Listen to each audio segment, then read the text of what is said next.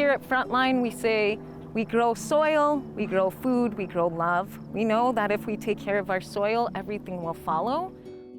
Frontline Farming is a farmer advocacy and food justice organization based here in the Front Range of Colorado. Frontline Farming operates 3 different farm sites across the greater Denver region, and we have about 5 acres we operate. We're involved in high intensity production as well as education, which is usually a very unique combination on a farm. We know that education is a path of liberation, particularly for people towards land and for our Black and Brown and Indigenous people who really have been kind of moved off of land, both in a farming and urban senses, and we see that playing out again in different forms all the time.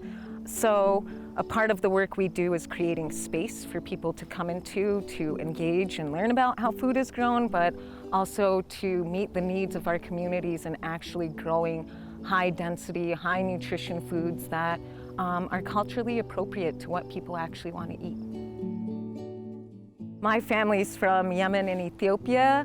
I was born in Denver and I actually grew up in Ethiopia. So I've done a lot of my work farming internationally based as well. When you're internationally focused, it's also very easy to not think about the same communities that look like me here. And seeing that my same communities here go through that same kind of disenfranchisement, both economically, socially, but also historically, I recognize that at Frontline Farming and for myself as an individual, I've been long advocating for ag workers as they're classified, stewards of the land, the people who grow food for us. And it's been something that is not welcomed in a lot of spaces. I was often told that, well, that's not an agriculture issue, that's a labor issue, or that's a federal issue because it has so much to do with immigration. So it's been easy for the agricultural world to completely cut off that whole segment of stakeholder group.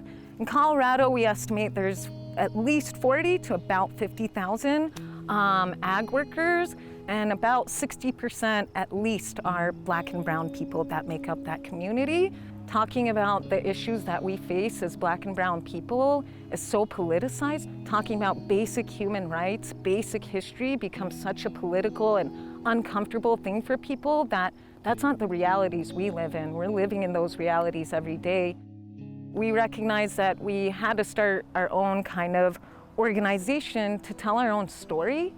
So one of the ways that we practice liberation is by telling the stories of the practices and foods that informed us and actually create the American tapestry in terms of foodways. So it's not only about food, but the cultures, the ways that we prepare those foods, the stories behind them, the ways that people took to cultivating those things and the reasons why. So it allows us to talk about the ways in which seeds came here, braided in women's hair, how this informs major cuisines we think of as being so American, and have those conversations without it not just being about identity politics, but allowing us to tell our own stories and have pride. It goes back into our production and out to communities, or my mom. Like I grew Ethiopian basil, it's called basobila, and like bringing that home for her was just like home. Farming people are doing it because they have a genuine love to steward the soil. Whether people acknowledge or don't acknowledge them, we know that we're feeding the nation. It's about actively being able to stand there and tell people they can't speak for us and we're here to tell our own stories.